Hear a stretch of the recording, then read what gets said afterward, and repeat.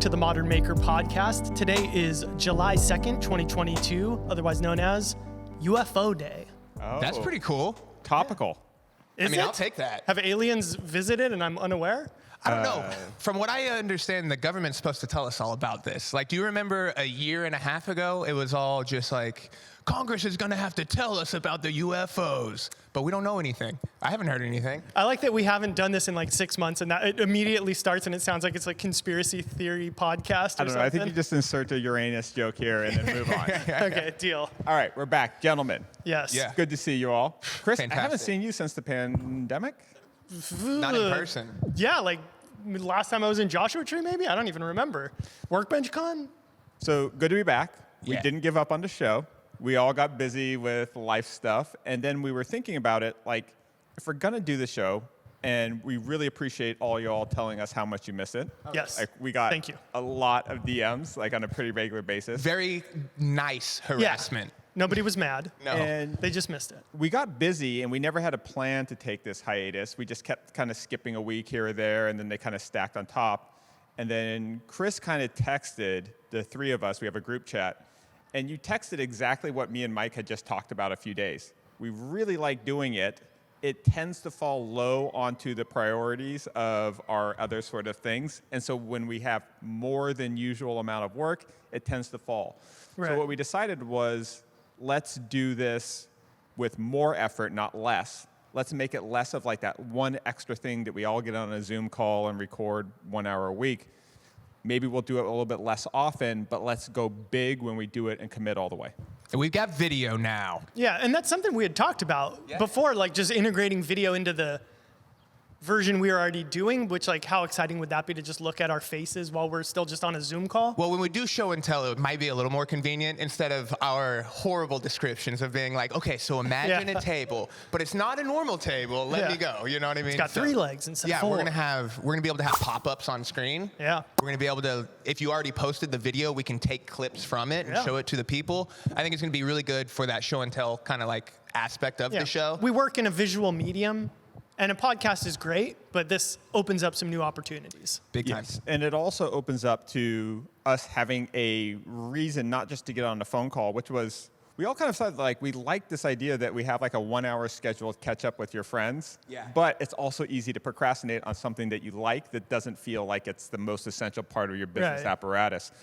What I think is great about this, and we're going to experiment, it'll start one way and we'll kind of adapt and evolve, but I'm really excited about almost treating it as like a monthly kind of get together where we can bring in some outside people, learn some new techniques, do a lot more demos where it's not me trying to explain something that's really hard to visualize. It can just be like, Here it check out is. this awesome rock. I mean, we're starting it out already in this episode. Like, we got We got fun demos. activities planned. So stay tuned. It's going to be exciting, everybody. But yeah, this is going to be cool because, well, we're in, as Chris says, the greater Los Angeles area. Did I say Whittier. We're in Whittier, California. Chris calls it the greater LA Metro. County. It's LA County. He's like, we're in the metro for sure. But everybody in LA can just pop in, do a little segment with us, maybe do a little episode. It could be a lot of fun. So, since it's been about 6 months, what have you been working on? I'm sure there's a lot. Yeah, what's Chris, the one project you want to highlight? Why don't you start? I'll just talk about what I've worked on most recently. And actually, it kind of works as a micro version of the macro of what I've been doing. So Cool. You can kind of see it behind us. We'll throw some pictures in there, but a couple of slab and epoxy coffee tables. They're looking very good. Yes. So I would say that these are longer, more in-depth projects than I have been working on. And that's kind of been the big shift that I've made in the last 6 months is doing fewer videos, but hopefully better videos. Less, but more committed. Yes. The Kind of one like the video podcast. that's like in line with what you've been working on is that gigantic, I don't know if it was a dining table. It was a dining table, so there was the big right? dining table, It was and then huge. Yeah, it's like 10.5 feet. And then 2 more coffee tables behind us. You can see another slab over there that's going to be for a desk.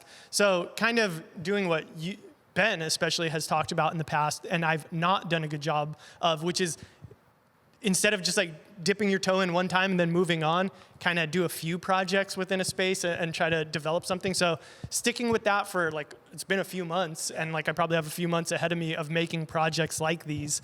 And honestly, I would say, so towards the maybe fall last year, I feel like I hit my rock bottom of YouTubing where like I wasn't super happy with all of the content that I was putting out. Got you. And so I wanted to, I shifted to doing a little bit less, Happy but with the making better content or stuff. happy with the results?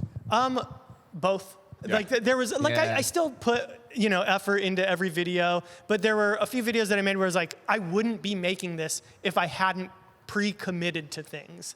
And I Right. felt like this is backwards. Like I need to be doing the things I want to do and then finding outlets for those rather than saying like, yeah, I'll do 3 videos this month and then being like, what can I do 3 of in this month?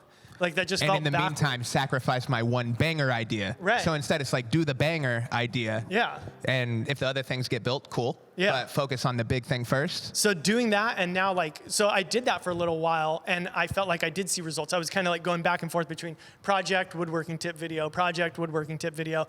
Got a little bit burnt out of the woodworking tip videos and now I was like, let's just do projects only. Yeah. Maybe occasionally we'll pepper something else in if there's a good idea, but like I'm not gonna force it or shoehorn something in every month. And I've been happier doing this and hopefully the views will be good on them. The views on the first one were good. You're relatively new to epoxy. You like Yeah, this is the first like big epoxy project I've ever you did done. the epoxy joint thing, which I still Yeah. think is It's- like the most original, Yeah. but still like not trying too hard, Yeah. too creative use of epoxy where you broke Only the wood mildly joint. gimmicky. The idea Not is super full gimmicky, gimmick. but the execution is tasteful. Yeah. That's all that matters. It's a It's like, subtle you can gimmick.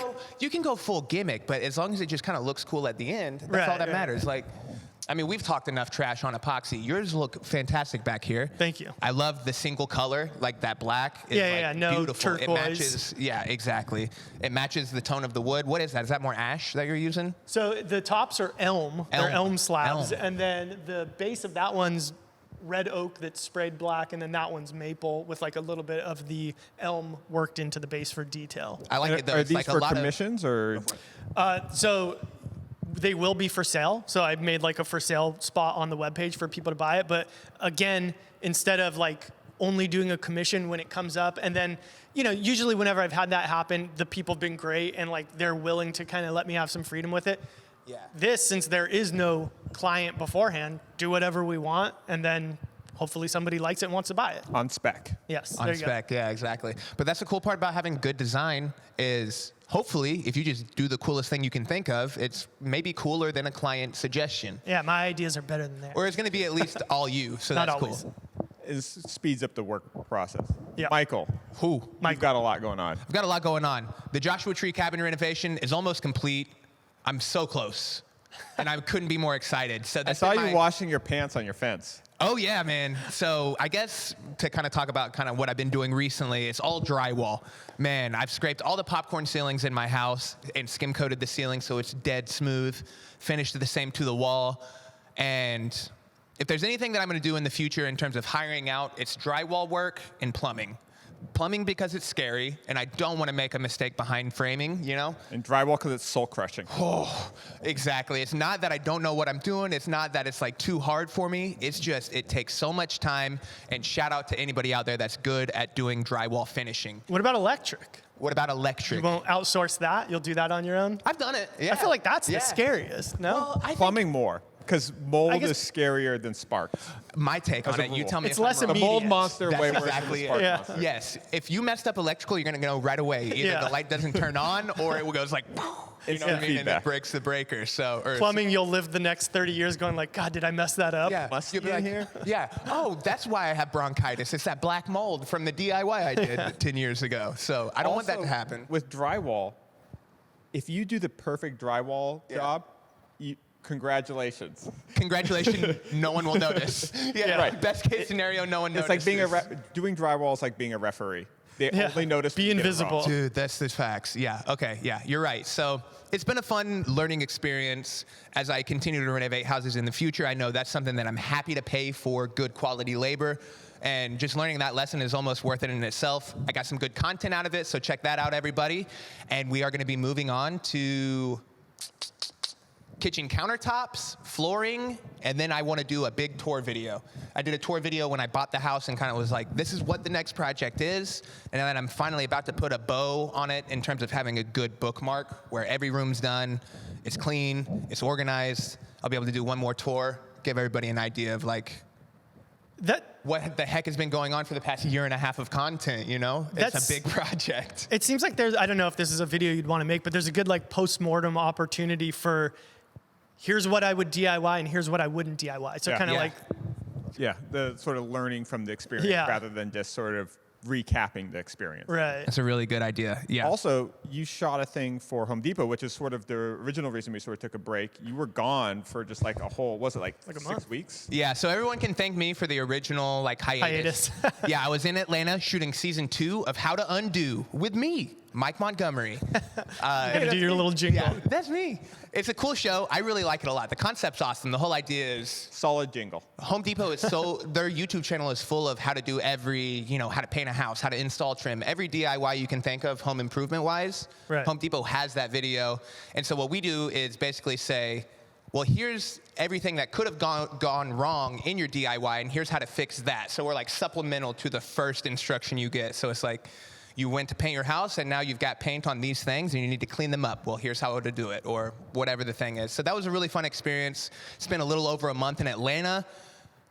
It's cool shooting on a real set. Yeah. I learned this the first time that I shot. It was just looking at people that are more talented than you on anything. You know what I mean? Whether they're the people that were on set as like gaffers and set designers, the people that make all of the things on camera look camera worthy, have so many tricks that I don't even know. Like they can make something look like it's been outside for 2 weeks in 5 minutes with some like dirt and ground coffee.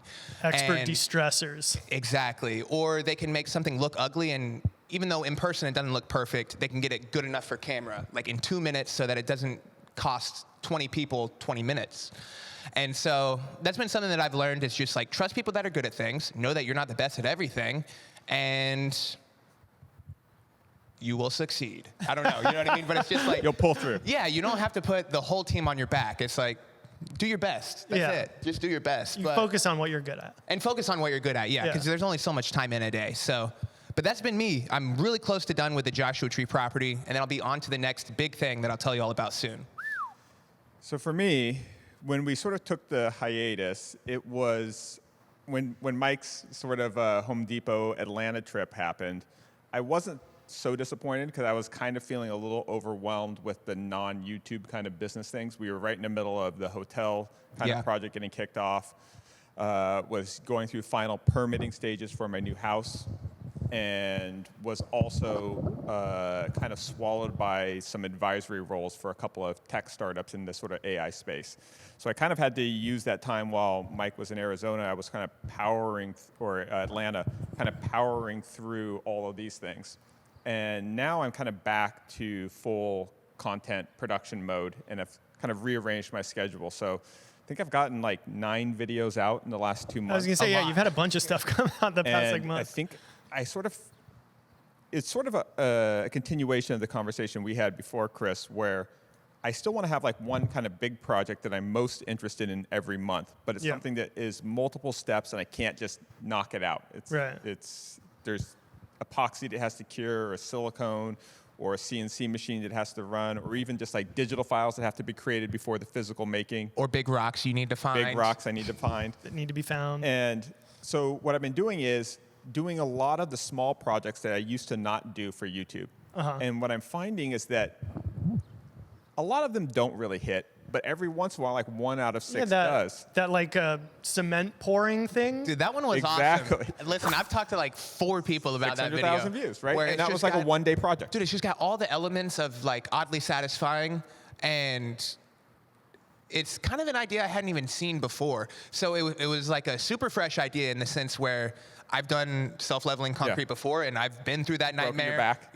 You broke your back actually, but you went through it, failed, and then came up with this idea for the contraption, which is basically like mix a bunch of concrete together, pour it into a giant drum that's on wheels, and then that has a spout that can let out self-leveling concrete. You basically make a soft serve machine for concrete. Dude, it's super cool. So I didn't invent the idea. Really inspiring. So after I did the video for the first one, a bunch of people sent me a clip of just a guy that just had a trash can with a hole of it on wheels. Okay. It was just basically on those trash can dollies, and he just punched a hole in the side. So I elevated it a little bit. Even then, I sort of used the wrong kind of valve, and so in the sort of description, I was able to sort of write that out. But that's like a great example. Typically, I wouldn't do that as a video, but I have a lot of those ideas. So basically what I'm saying is like use everything in the sketchbook. So I'm starting to treat YouTube less as a showcase of my portfolio and more as a real-time exploration of what I'm thinking about. I like that. So it took a lot of the pressure off and lets me be way more prolific, even as I'm only spending about half of my week on YouTube as a content thing. So it just really, all these things really are just internal. They're all invisible. That's in your own head or in your sort of spreadsheet of how you organize your week. But like right now I'm working on a really big epoxy table, an entire table made out of epoxy. So it's like CNC, silicone molds, lots of steps. I don't feel the pressure because that's my next video. It's just my next big video. Okay. And then in between, I'll like drill holes in rocks and turn it into a stool, which I'll show you guys in a little bit. So it lets me utilize, it basically says, if you talk to a lot of artists, they may only produce like one painting or one formal drawing, but in their sketchbook, they're producing a page or 2 pages a day. Yeah, so if you did a gallery show with just your sketchbook blown up and presented, Right. you could fill up a gallery really fast. Right. And what I'm also finding is that it makes me not have to do as much research. It lets me do more research integration with the public. So just by putting them out, people give me feedback, they tell Learn me the with tool me. and all that. So it's kind of been a lot of kind of internal focusing. The really exciting thing, which I'll be showing more on Instagram soon, is Maker Ranch 2.0. Has broken ground. And in the last 10 days, Dude. we went from foundation slab, it's fully framed. Yeah, like wow. sheathing, 2,000 walls. square feet of house, workshop. It's crazy. Completely ground up construction, 5 acres. It's going to be. I should have just built a house.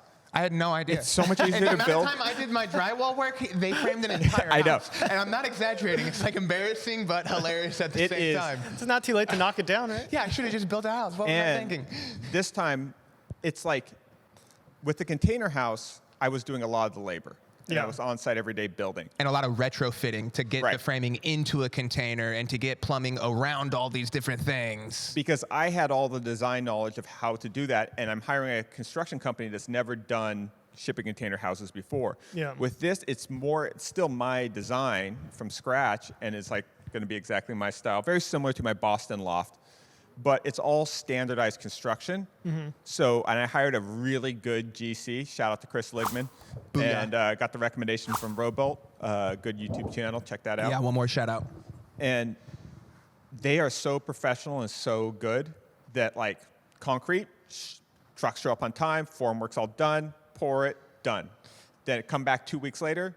In the next 10 days, we go from slab to completely framed, insulation, sheathing, all that stuff up. So are you kind of thinking about this one more like you're like the big picture of it and then like documenting it rather So than having to I will document do every little detail? all the way up to electrical plumbing they're going to do, and then drywall. I will do the interior finishes and all that kind of stuff. So Right. they'll basically give me the shell, and I'll sort of present this. I think this, for someone that has kind of whose skill set is somewhere in between the three of us, I still don't think, like what Mike said with the drywall, you're not saving that much money relative to your time for doing Right. drywall. But doing your own kitchen cabinets and that kind of stuff, particularly if you want something that looks a little bit different or a little more custom, that's where you could save $50,000, $60,000 by Yeah. doing it yourself. Right. So I'll be doing all the sort of built-ins, and there's quite a few built-ins. I'll be doing all the furniture, and I think I want to do a cool acoustical ceiling. Yeah. One that hopefully doesn't look terrible in 30 years, like all the acoustical ceilings from 30 years ago. That I just got done removing. Yeah, Yeah. exactly. But you've got a cool ceiling though in the house because it's your standard kind of like, what would you call that? Shed A single roof. slope roof? Shed roof or single slope. Confirm? It goes 8 feet to 10. 8 feet to 10. Cool. So you got to do something that really takes advantage of like that space and like makes people Yeah. Some and angular see stuff. the grandioseness of it. On the architecture side, I've done some pretty crazy looking houses. This is sort of modern, but kind of understated. But the floor plan is completely built around what I've noticed on how I actually live over the last year. So I think the lifestyle content is what's going to be really fire coming out of this. Architectural Digest over here, or what do you mean? What's Probably not, lifestyle maybe content? Dwell magazine. Oh, okay, cool. But whenever people come and visit us at Maker Ranch 1, we always hang out on the back patio. Everyone walks around to the backyard, and like, because we're always sitting out there, someone's always building something. So the entire social area is this covered breezeway between the garage shop and the sort of kitchen, dining, living room area. Yeah. So it's basically like outdoor space. And so if you pull up to the front, it's this breezeway that connects from the front and backyard, and the porch will spill all around. So when you pull up to come visit, you'll immediately see where people are hanging. They're either going to be in the kitchen, the shop, or the breezeway area. It's funny that you said, follow the noise. Yeah. It's funny that you said based on how you've lived the past year. Well, I don't know if you meant something different, but so the first time I went out there was not right when you moved there. And it was like 2 weeks after our second son was born, who's like 4.5 now. Yeah. So it might not be just the past year. Yeah. It might be like the past 5 years. 2018. Yeah. Yeah, no joke, huh? Yeah, you came out for Thanksgiving, and that was No, that was like the third time I went out there. Yeah. It was way before that. Yeah. So that place is such a hole. But No offense to the person who owns it. we had No, so I mean, we much did fun it. there. It's our fault. Yeah, we destroyed the place. Like, straight up. Okay, can we tell the people what we did? No, because I haven't No, paid not the what we security- did. No. First off, yeah, security deposit is going to be gone.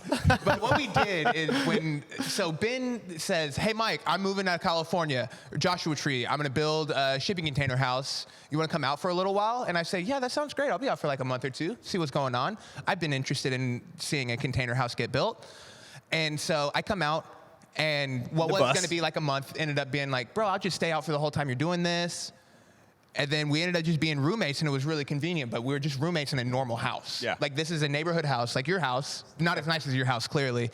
But it's just in a neighborhood lot, and we've got to be the worst neighbors in the world. Like, Well, it's an Airbnb next door, so they're worse. okay, got But it. it basically was like workaholics. But it was everything we did. Like, we turned the living room into a filming studio that we may build in occasionally. Yeah. The backyard turned into the living room because we co-opted that. And then it was just every nook was either like a place for tools and weird materials for an idea somewhere, or it was just like a project in progress. So I it's gonna be recall weird 2.0. scaffolding. Yeah, Oh, yeah. scaffolding everywhere. Yeah. Multiple hot tubs.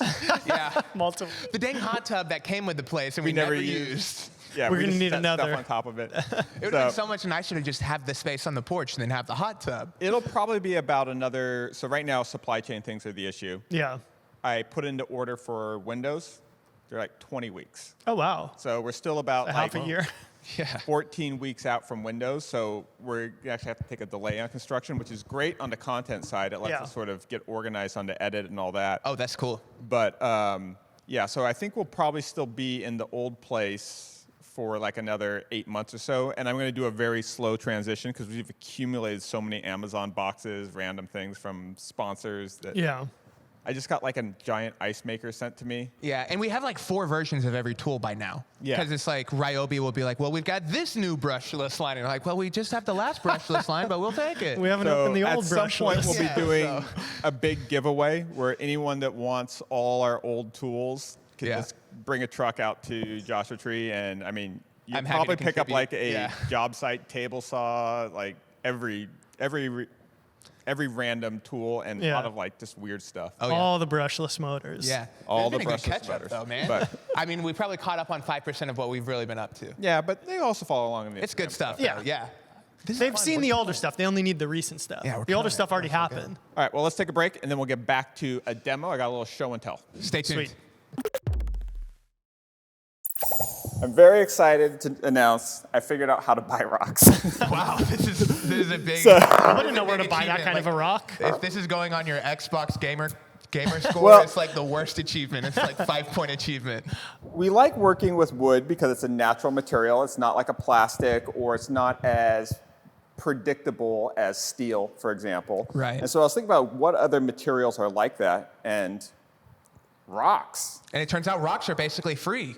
Right, so typically we see them in like Just slabs sitting and there in all that dirt. stuff. Yeah. So what I was interested in is like, where do I just, you could probably just pick them up from the side of the road, but I felt like if I did that, someone would yell at me. And I know Yeah. like most people can probably get away with it, but like the one time I do it, people be like, that was on public land, that's like a Yeah. $10,000 fine. So You got to plant a new rock if you're going to Influencer. take that one. I literally Googled rock store.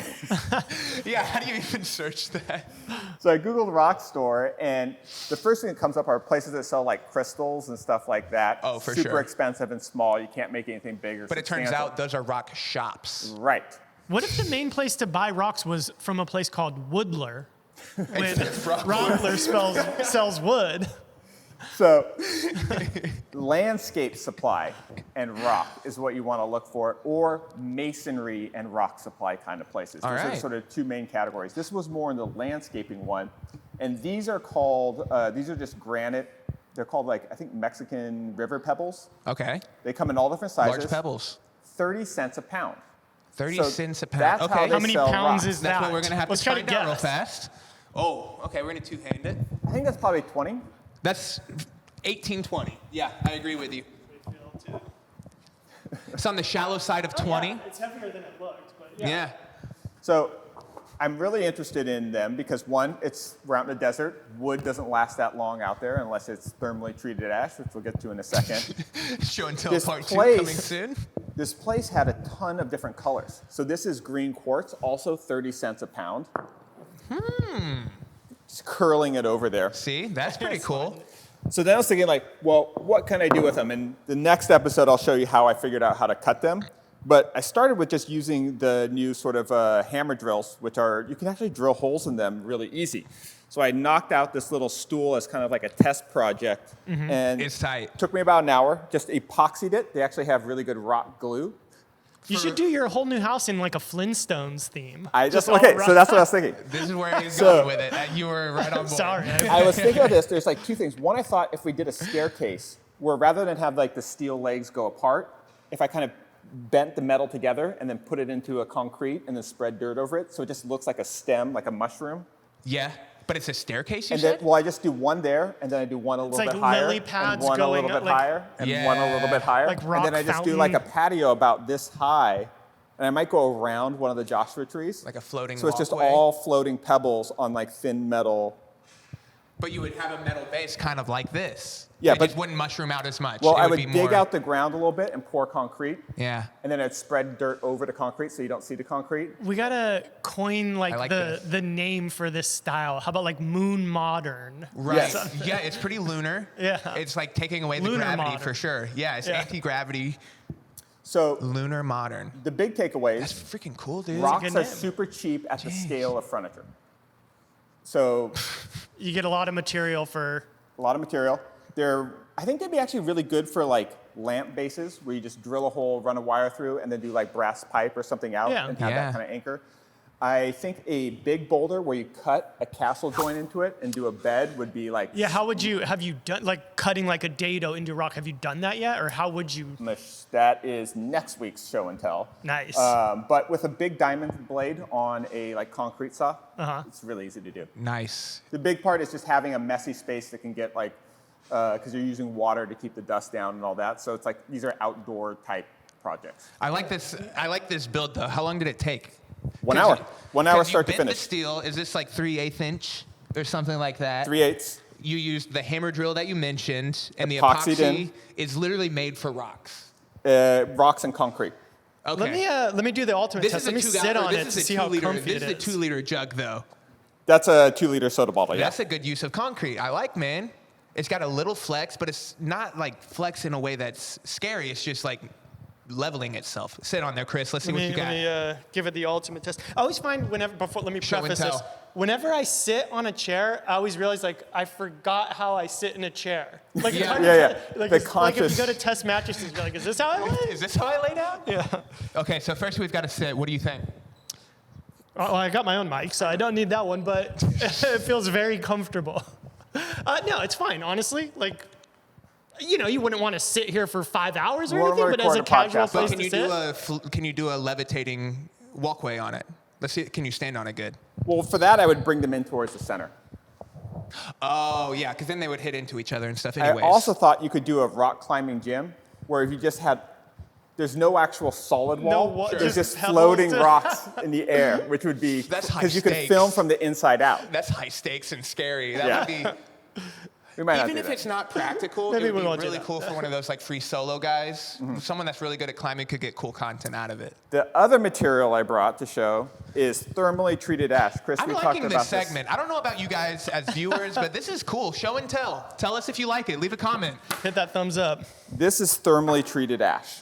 Nice ash. So it's not just kiln dried. Sweet ash.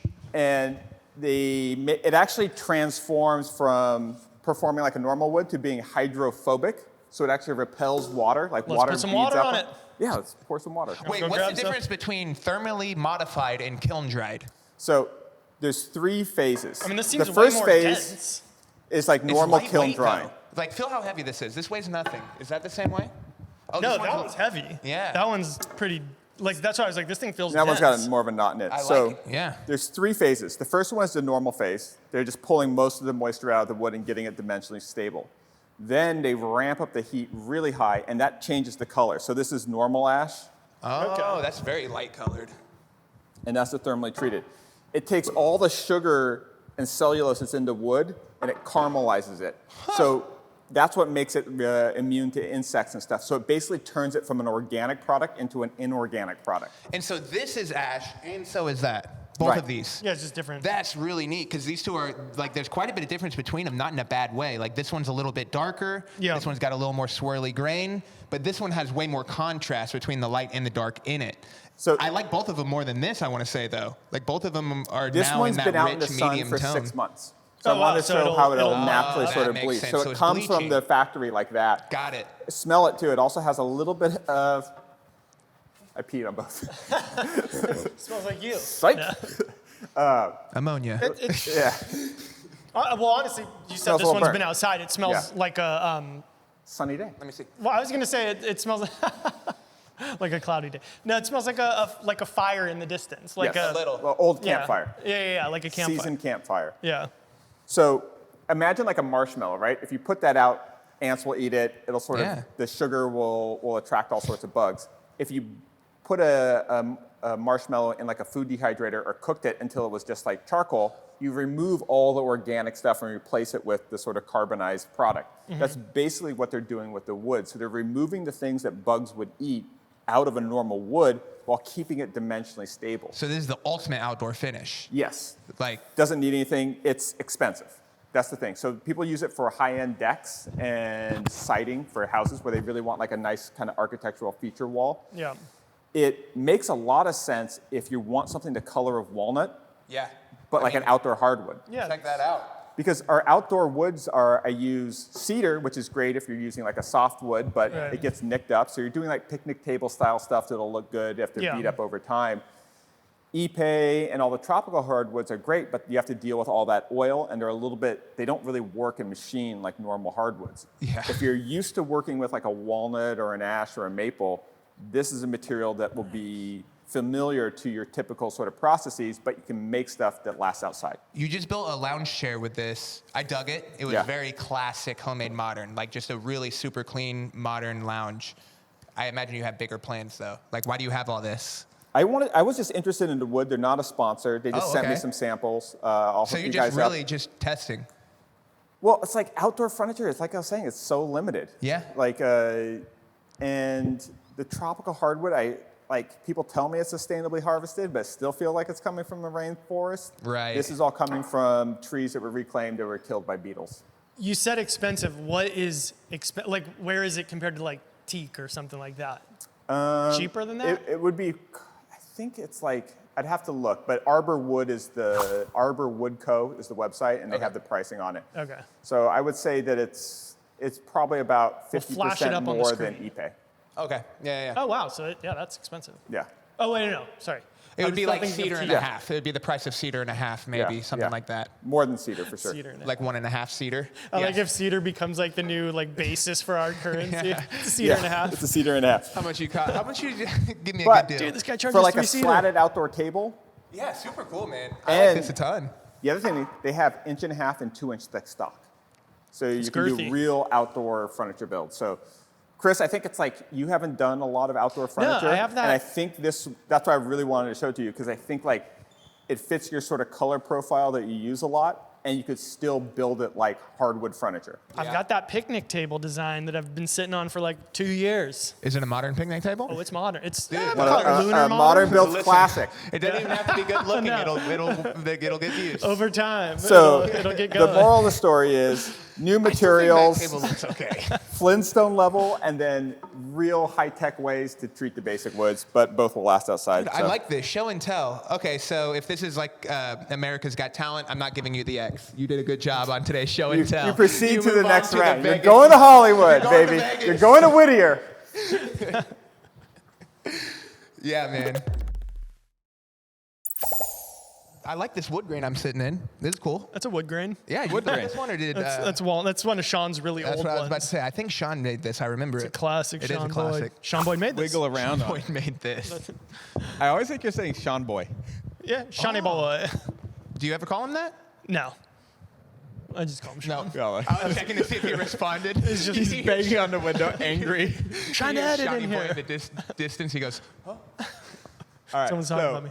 what I thought we'd talk about today is this idea of trying to balance what the algorithm of YouTube sort of wants us to do and the content side. We're all here because the content business is a really great blessing, and I think we're all very grateful to participate in it. I love it. yeah. But you want to use it as a tool, not as a boss. And I think that's the Right. thing that we're all kind of constantly wrestling. So one thing that I saw recently that made it kind of clear to me that I shouldn't chase the algorithm too hard is I was hanging out with our boy Schultz at their new studio, and we Which put in is a new. sick. It's really sick. I want everyone to know Ben had a large hand in designing it, and it looks cool.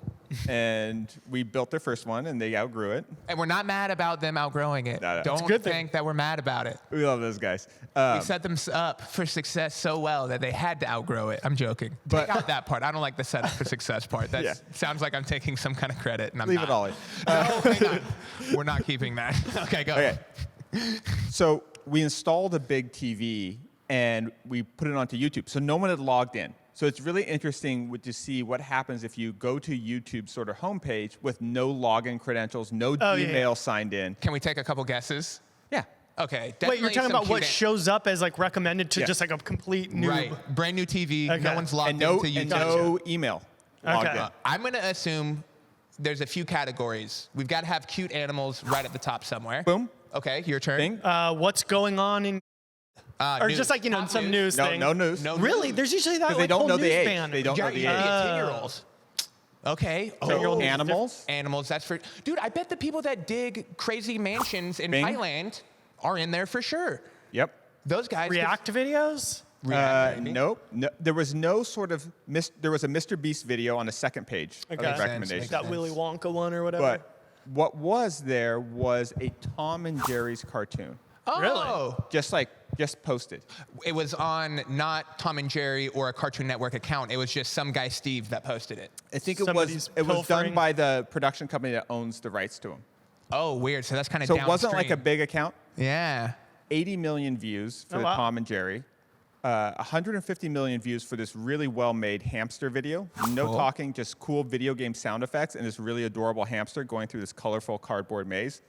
We watched every minute of those 5-minute video. Yeah. It was really well done. Dude, I remember there was one time you and I were watching, it was like model cars, Yeah. but like RC cars racing, and the Oh, guy yeah, had yeah. made Yeah, a yeah, like that, like, gigantic mountain. surround. Yeah, yeah. Like people, I only knew people did like model train sets, Yeah, but yeah. apparently there's like a Gran Yeah, Turismo it's like a miniature league. track. Yeah, I've seen those where there's And like then- people announcing it and stuff. Oh, and the shots are like low angle to yeah, make it's, them it's look like a very moving like dynamic. dolly. It was and- really, really well done. And that's Yeah. one of those things where you're like, okay, I'm not gonna watch this all day, but I can watch one I'll cool check this hamster out. video. I'm not gonna be a Catches huge- anybody's attention. Like you're walking around, you're Yeah. like, what is And this? then the shirtless Cambodian guys building sort of dirt. Oh yeah, yeah, like dirt the stuff. primitive builds, technology or yeah. whatever. giant Yeah. mansion with a pool kind of It's thing. like now it's like called like Yeah. Mr. Somebody's like update, like. Oh really?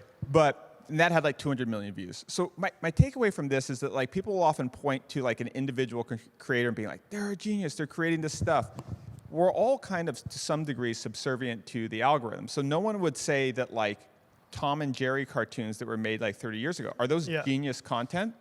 Or is it just like the algorithm's really good at finding and serving people People that like want to this. watch Tom and Jerry cartoons to Right. them? Is the hamster maze genius, or is it like, hey, this person took a lot of time to make the best version of a hamster thing. The hamster video is actually really, really good.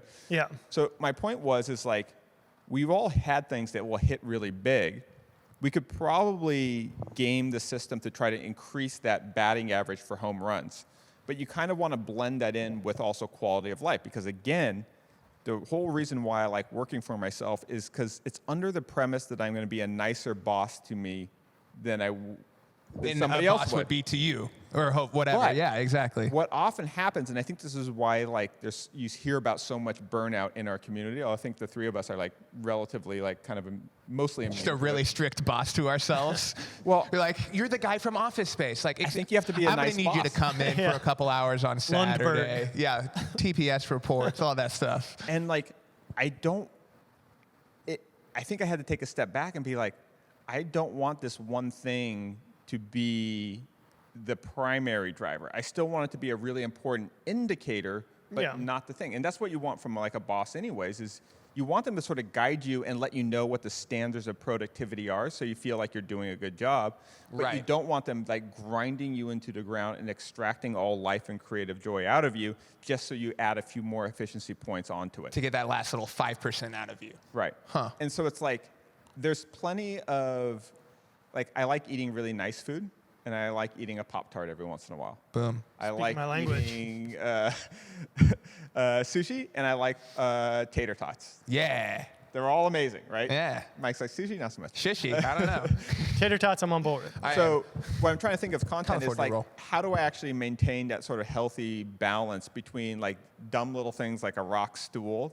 I'm just curious, like, how do I glue things to rocks? Right. How do you glue rocks? And you might as well make something while you're figuring that out. But I don't know enough about working with rocks to do a masterpiece out of rocks. That's so what I I mean, have to yeah. like do those kind of like hors d'oeuvres sized projects to kind of build its way up. But like, But a lot of times that's the fun learning experience, because once it's like, I know what I'm doing, and now it's time to take it to a scale that is probably going to work, but could have some hurdles, whatever it is, that's kind of the fun part. So documenting that part seems to make sense. and you're kind of currently writing the kind of Facebook massive sort of view ways where it's changing how you're thinking about YouTube, right? Well, right now I'm making so much off Facebook. I'm making like way more off Facebook than I am YouTube. And I was really surprised because I don't use Facebook. So I have my parents more than anyone saying, anytime I have something viral go on Facebook, my parents let me know, because they'll tell me about the like weird comments that I get, or they'll just mention the fact that it's like not me voicing over it. So I have like somebody that's voicing overing my videos. So instead of it being like a first person video on Facebook, it's a third person video on Facebook. So it's like, this is what Mike's doing. And it's fun. People seem to respond to it well, and he does a very good job. He's articulate. He knows building words, so he's not like using the wrong words too much. And yeah, my parents will message me. They'll be like, yeah, I saw some comments you got on that, I don't know, air conditioning video. They're kind of getting at you a little bit. And I'm like, I don't know what you're talking about. I don't get on Facebook. Just don't tell me. Don't tell me. I'll be happier. Yeah, exactly. But Just send me the check. But then I peeked and I'm like, holy cow, this has 30 million views. Oh, wow. And there's basically 1 or 2 videos I'm posting on Facebook every month is getting like between 10 and 40 million views. Your content on Facebook is like the Tom and Jerry's on YouTube. Well, it's interesting, right? So I've got, the perfect example is not long ago I did some blob-shaped mirrors. I just got square mirrors and I cut them into fun shapes. It wasn't anything crazy. It was just like you were doing with the rocks. For the longest time, I've had this idea in my head, and at a certain point, you just have to try it. And so I tried it, made it into a video, knowing that there's a 2% chance this just loops right into this right spot on YouTube, and it's the perfect content. But I had low expectations, and they were kind of met. You know what I mean? It's just a little above average, fine. The people that watched it enjoyed it, but I posted it on Facebook, and it gets like 15 million views. And I'm like, oh. It's not about whether the content might be good or bad. It's just what door are you pushing it through? Right. It might just need to be pushed through a different door. Maybe this content isn't the best for a 10-minute long video, but it does awesome if you squeeze it into a 3.5 Facebook edit.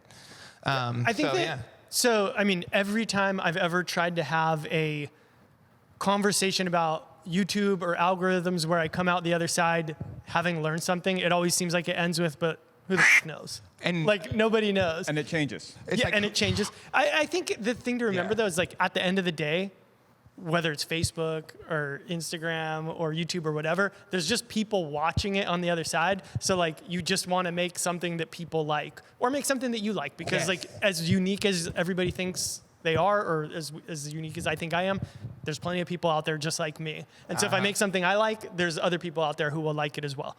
So like with that, then you start asking, okay, why did this work here and not work here? Yeah. And so it's like with YouTube, it's maybe there's like like people are going there to watch something with the intent of watching something, whereas on Facebook, like they stumble upon it. Yeah. And it's like, if it's just like kind of curious, it's like, oh, I will stop scrolling and watch this. And that's what a view is there versus like, oh, I searched for this or I saw this that was fed to me and I decided to click on it out of 30 things or whatever. There's a lot more of like positive actions being made on YouTube versus what you're talking about rather than it's like, it was just there on Facebook. Yeah, exactly. So the clear takeaway and how it changes my week's schedule in terms of where I put hours, I spend no time now researching what's trending on YouTube. Right. I only spend researching things that I'm interested on the making and design front. And then I just trust that I'm making a video documentary of what I'm interested in that will end up on, honestly, our videos are going to end up on channels that don't even exist right now.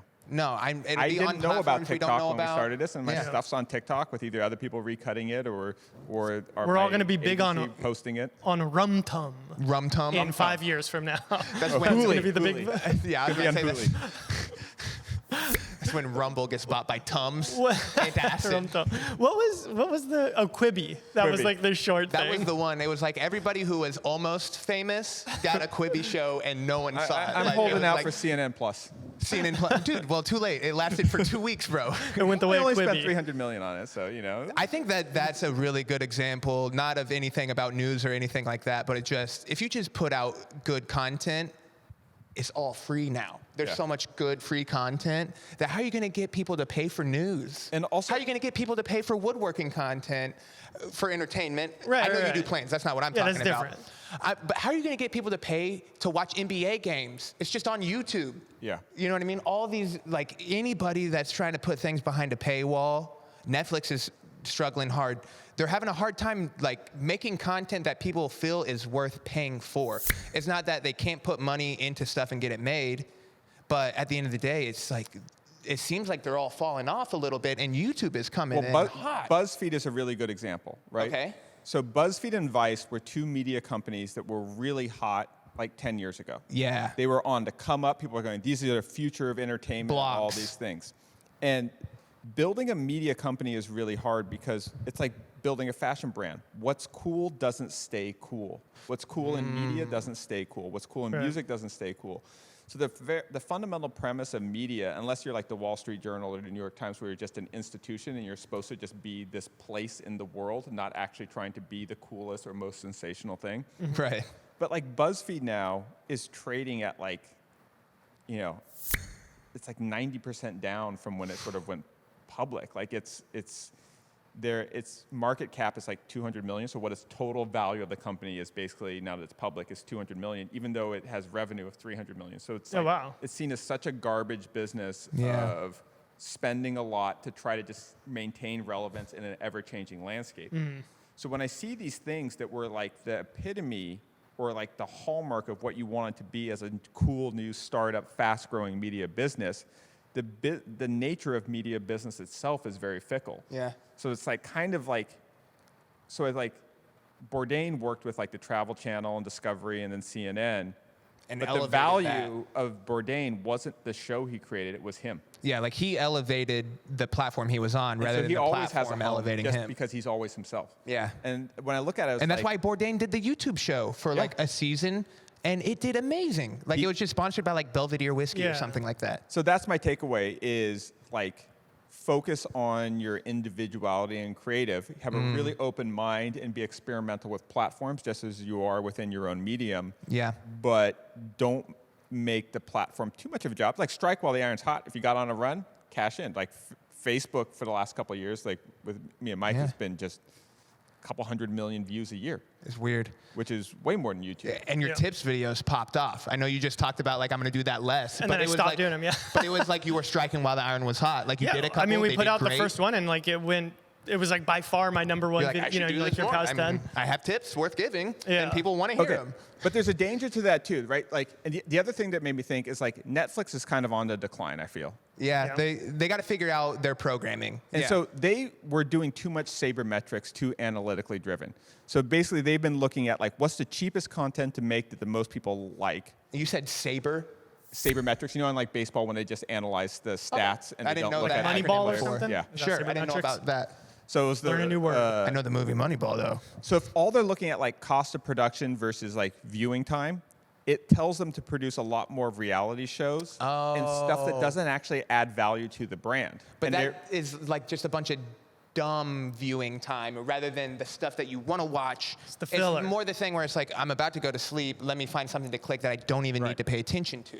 And now that like, you know, HBO's coming out with the new Game of Thrones, there's going to be a lot of people, or Disney has like all the movie has the Mandalorian, Marvels. all that stuff. Disney doesn't All have the as Star much Wars content stuff. as Facebook, but they have content that people really don't want to miss. Star Wars and Marvel and Pixar. Right. Like those are A-list things. actors are going to start working again. Right. And then HBO is doing like the really good top tier drama stuff. So I think like it makes sense. What Netflix did is really smart, but a statistical analysis can also miss sort of long-term implications for your brand. Right. Well, YouTube always seems to me like they have the ultimate leg up in that Zero money up YouTube front. and TikTok are going to crush People- it. Zero money up front. we pay to produce the content that goes there, and they reward us for Yeah. it. But also, I mean, like to go back to that BuzzFeed topic, it seems like it's a good testament to like staying small Yeah. and quick. Like think of how hard it's almost impossible to pivot something like Don't that. let the tail wag the dog. Yeah, we could do whatever we want pretty quickly. Like pivots are pretty quick for us. Jeremy Piven, real quick. Jeremy Pivot. I can Jeremy Pivot any minute. You did it better than me, So- man. Thanks for helping. I just said his name. You're like, what? You I mentioned just it. kept reminding it. But with this show now too, we get like an extra platform. This will go up on YouTube. We'll still do an audio only, right? Yeah, we'll let it be on Spotify and all the stuff. So it's Wherever you spending listen a to your little bit more podcasts. time to do it in person, make it a little bit more fun because we're hanging out in person rather than like end of a day. And we're doing it on a weekend too, which I think is kind of nice. So we can kind of do like a catch up, see each other. Little hang. Yep. Make it a social session. In and out. Get extra content out of it. Yeah. And still get all the traditional goodness of the audio only. And I'll tell you one thing we have now that we've never had, a comment section. We can good dip point. into the comment section of our videos and see what's up. It's so wild to produce content because we put everything on every platform. Yeah. But the audio only thing, the podcast, is the only thing that we don't get feedback on unless it's someone taking their time to go out of their way, find us on Instagram, message us. But it's never this like comment So feed underneath the questions post. for We in can the do comments. Q&As. We can do Q&As. We can do fun ideas that you guys suggest, even if it's like, hey, I would love to see a segment on this or that. Let us know. Yeah, But people can say a segment. If you like that segment, you can thumbs up it. Yeah. It's like it'll all filter to the top. But the whole concept here, all I'm trying to get at is like we actually have like a chat room now. Like our own Right. little Reddit thread. Yeah, we got our little Reddit thread. So like, let's keep it. Let's keep it better than Reddit though. Okay. Chris is the Reddit like guy. Reddit. I love it. It's fun. It's my place where I waste Okay. time. It's my one place where I waste time. People say Reddit is mean. Yeah, it could be. Okay, cool. Yeah, be. I don't disagree with that. The other thing that we have now with it being on YouTube is we have an algorithm. Yes. Whereas like podcasts are like in a weird way like old Yeah. technology It's for radio. the space that it's in. internet radio. Yeah, and I Yeah. know that now YouTube, like, they're making a big podcast push coming up. So, like, but it's crazy that the way podcasts timing. have existed, like, the only way that you could promote it and grow it was by publicizing it in other places. How weird Whereas, is like, that? they're if we stick with doing this, there will people who find us through this. Yes. Whereas that's never been the case before. It's always been people found us through YouTube and then, oh, they have a podcast, and they eventually went to the podcast. Yep. Right. This is way more like momentum promotion, or I don't know I what hope. you would call it, but something like that. There's like at least some inertia that exists with it that does not happen in podcasts. Yeah, we'll be able to clip out cool sections if there's something outrageous that happens or something like what we were talking about. Maybe the show and tell this week was perfect for a clip. Who knows? Yeah. But it might be one of those things where, you know, we're able to title this episode, We're Back. And- baby. You know, and maybe that's our episode title. Most but importantly, we'll be in able a to, segue, we can clip out obsessions. yeah. So just people always like To where it's reacting to Squid Games. People- Day one, week one, we could have gotten some hits off that probably. people I still message never me even all the watched time it. being I like, still "What was react." that thing you recommended like 10 episodes back?" And Yeah. I'm like, "I don't know, man. You're gonna have to go back and Yeah. listen to it." So we can clip out obsessions. Speaking of which, Okay. Chris, Yo. Mike, got obsessions? Oh, I do actually. Can I tell you like the Go for it. YouTuber I'll tell you about the YouTuber I'm obsessed with right now. wholesome content. I like it. His name's Ryan Trahan. Shout out to you, Ryan penny Trahan. guy? He's the penny guy. You've heard about the penny thing? My son watches him. I knew he would, man. When I said wholesome content, it's really good wholesome content. It's not like cheesy just for kids. He's just a straightforward, positive guy. But he's like a young, I'm gonna guess 24-year-old. Sure. And he's funny. He's just like he's a kind of shorter guy. He's got a really great sense of humor, and he like puts himself out there really well. But the concept that he had is, I'm gonna start with a penny on the beach of LA, like West Coast, and then I'm gonna go across the country on this penny and deliver it to Mr. Beast, because I'm sure they're friends somehow, you know? And plus, why not clickbait with it's Mr. the giant Beast? penny. It was the giant penny, exactly. And so he started with a normal baby penny, and it eventually got to that. Just a penny? But it was like a really regular cool. one? So he starts, you know, he's got this penny, and then Baby penny is just a normal penny. normal penny, Yeah. Not baby like a penny. smaller than a normal. That's how they're born. No, that's a half then- cent, I think. Okay. They're getting rid of the penny. Did you know? No. They're gonna get rid of the penny. Pop that Good. article up right here. They should have done it years ago. Probably. Yeah.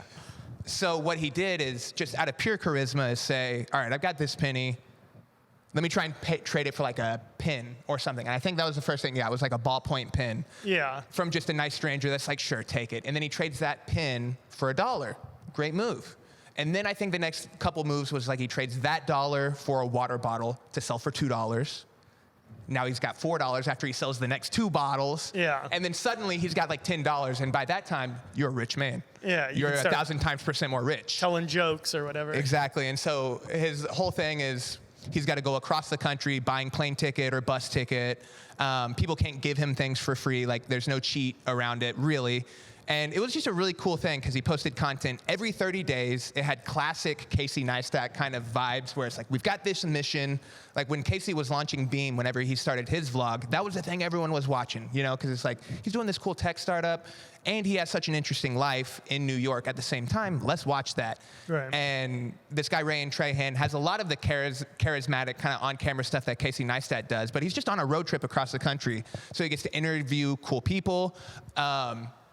I mean, one of the things like about Channel 5, Andrew Callahan, that news channel where he just goes around doing the craziest news stories he can. Mm-hmm. That's what's so cool about that, is he's just interacting with real people from all over the place. And that was what this guy Ryan had too, where it's just like, here's a nice guy from the middle of the country, here's a nice person from LA. Turns out we're all a lot more similar than we are different, Yeah, you know? it's almost like kind of like people of New York, but across the country. Yeah, it's just a great positive vibe that people can get behind. And he connected it to a charity called Feeding America, I want to say, which is one of the bigger food banks. And he put a goal of raising, I think, $100,000, which is a lofty but doable goal. I think they raised like 1.8 or 2 million. So crushed shout it. out to them. Like, shouts out Ryan Trahan. That's a lot of pennies. It's just called Yeah. Ryan Trahan on YouTube. Yeah, and he did like all kinds of different gigs. Like, you know, he's like going through like. Well, don't describe it all. We gotta watch it. I won't. This is for the viewers. They but can he, just like, go watch. He like goes around. He's like betting people that he can make them laugh for $1, or being like, "Let me clean your windows" to a bunch of nail salons before he goes and buys Windex first. So he's like, you know, over this 30-day period, he tried a dozen different money-making schemes. Half Yeah. of them work, half of them fail. Good-natured kind of hustling and road trip. And there's something to daily content. Yeah. There's something to daily content where it's like, oh, it's 8 o'clock. Fuck, I'll watch it. Yeah. Gotta do my check-in. Yeah. Chris, what do you got? All right, so I know I just finished talking about how podcasts have no way to spread the word, so I'm going to spread the word on a different podcast. Okay. So it's called 60 Songs That Explain the 90s. It's a Ringer podcast, so it's Yeah. on Spotify if you listen to it. So Ringer's it's basically, what? Ringer is pretty solid. Yeah, Ringer, they make a lot of good content. So this one, it's It's more for our age, Mike. Well, Mike would like it because it would, I mean, he's got an like appreciation for 90s music. I love 90s music. Yeah. So each episode is a song from the 90s. They kind of like give the history of the artist, the song. They interview somebody that is some kind of expert that has something to do with it. Then finally you listen to the song, having heard a bunch about it. Obviously, in the 90s, I was, you know, a kid and then like a teen and everything. So I Pretty have much that was only listening to perspective of Smash it. Mouth, right? So all Smash Mouth all the time. #1 fan. You know what just popped off on my Twitter feed was like Alien Ant Farm's remake of Smooth Criminal. It was like trending. Okay, like, They did not do an episode on that. yeah. It's kind of good. It's not bad. It kind of hits. I mean, it's 'Cause their it's a good best song. Both song, of but them it's a are Michael good. Jackson song. What was the? Both of them are good. What was your favorite song that they broke down? Um, What was one that you felt like you really learned something about that song that you didn't know before? Even though they didn't do it yet, I'm just going to say Chumbawamba. Yeah. I don't know. I'll just say that, even though they didn't do an episode on that. For me, it's a non-media obsession, although I'll end with a media one. I'm really interested in giant reciprocating or Sawzall blades. Yeah, well, you and I have been talking about this. We had talked I'm this a gonna let while you take ago, lead. right? We had talked about, like, with a jigsaw, how you often, the blades are marketed for how thin they are, so you can do scroll saw type cuts. Yeah. But really, you just might want that stop that's not from a circular blade, but from a vertical blade with a clear stop, so you can cut like a notch out, which is a really common use case.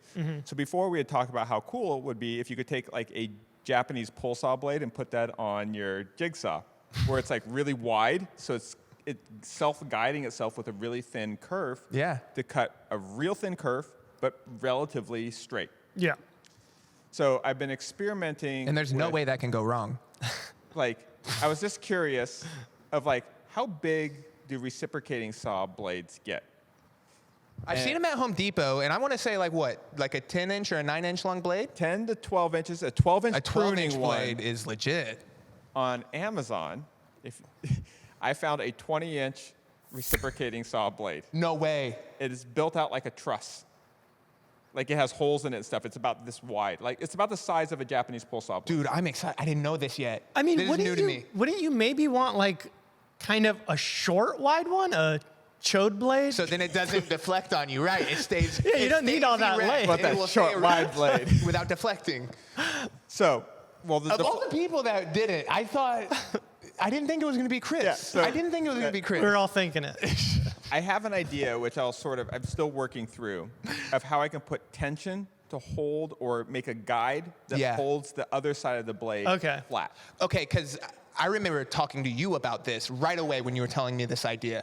Because reciprocating blades, a lot of times they have a hole on the end of them, and that's where they hang them. Okay, so- like that's where they put them on the wall at Home Depot. Think about the first saws when people are using saws to cut down a tree. You have like a handheld dovetail saw, wobbly, right? So they did the two-person saws where someone's holding on both sides, and you cut the tree down classic. that way. Yeah, old school style. I'm All thinking good. of setting up a jig for a reciprocating saw where it has a mechanical device to hold the other side. Keep So- it down.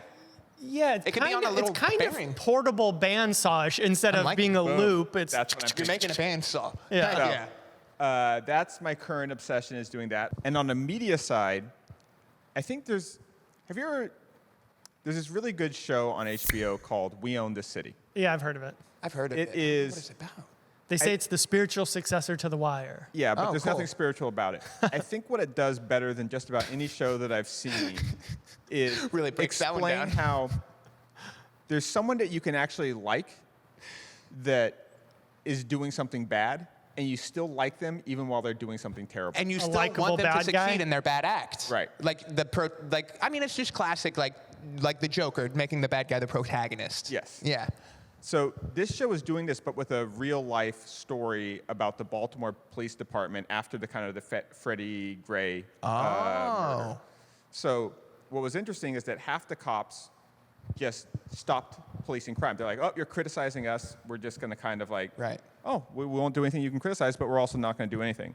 Then there's this other group that bid like, wow, those people are kind of slacking off. We got to pick up the steam. Let's cut some corners and get a little rowdy and maybe even skim off a little bit. So it's 6 episodes. It's all based on a real-life story of this one just absolutely crazy cop named Wayne Jenkins, who's kind of What a likable. name. Like Wayne Jenkins. Yeah, Wayne that's what I'm Jenkins. saying. Wayne Jenkins. It's played by John Bernthal, who was like the Punisher, and he is so good in it. Yeah. Like, he's like very likable and kind of terrible, but you also kind of get his point. He's just trying to get his overtime. Make Is a that little kind of what extra he's money. in every movie, though? Like Walking Dead, he was kind of the good guy. He's but more stoic. This You one he's turned bad funnier. guy. his shadow always becomes revealed. He's more. Got some dark He's under. more Yes. outrageous in this one. Ah. There's a scene involving a gentleman's club and a little person.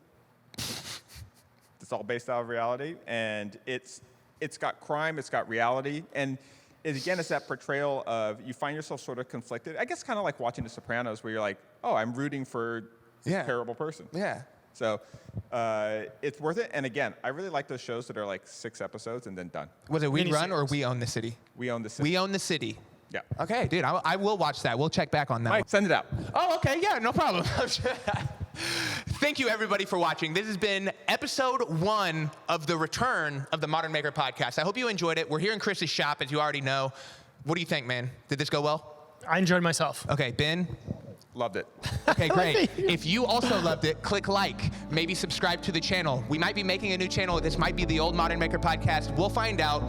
All you need to know is stay tuned, and we'll be posting more. We love you, and we'll see you next time. Bye, everybody. Later. Bye. Good times. What? Peace. Honestly, that was super fun. I hope it was good content. Yeah. Like, as long as that was good content, it was fun for me. It felt good. The grandioseness of it.